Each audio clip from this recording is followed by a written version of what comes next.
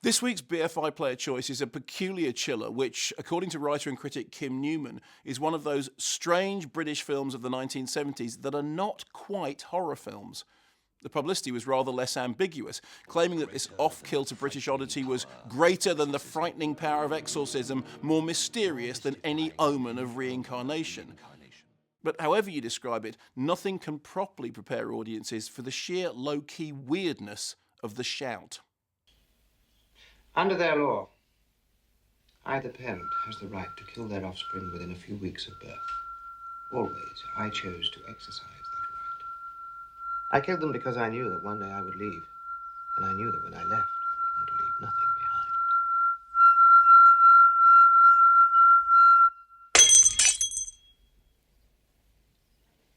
Does that shock you?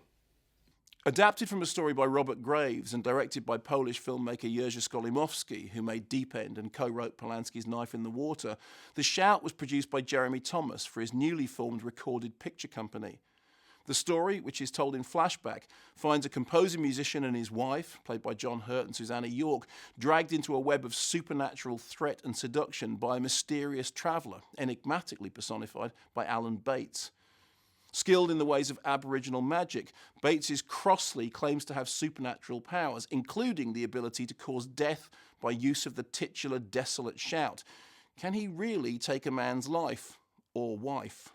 In his very positive review of The Shout, the American critic Roger Ebert stated that what makes the movie terrifying is the way in which the outback magic is introduced into the placid fabric of village life.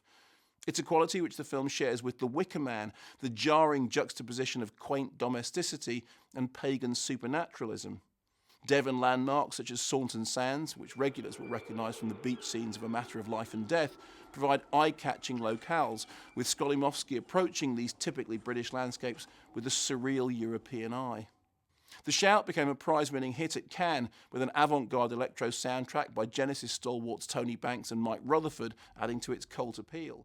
If you enjoy this, then check out the BFI tribute season to the great John Hurt at the South Bank, and then explore other unsettling 70s Brit picks like Jose Larraz's Symptoms right here on BFI Player.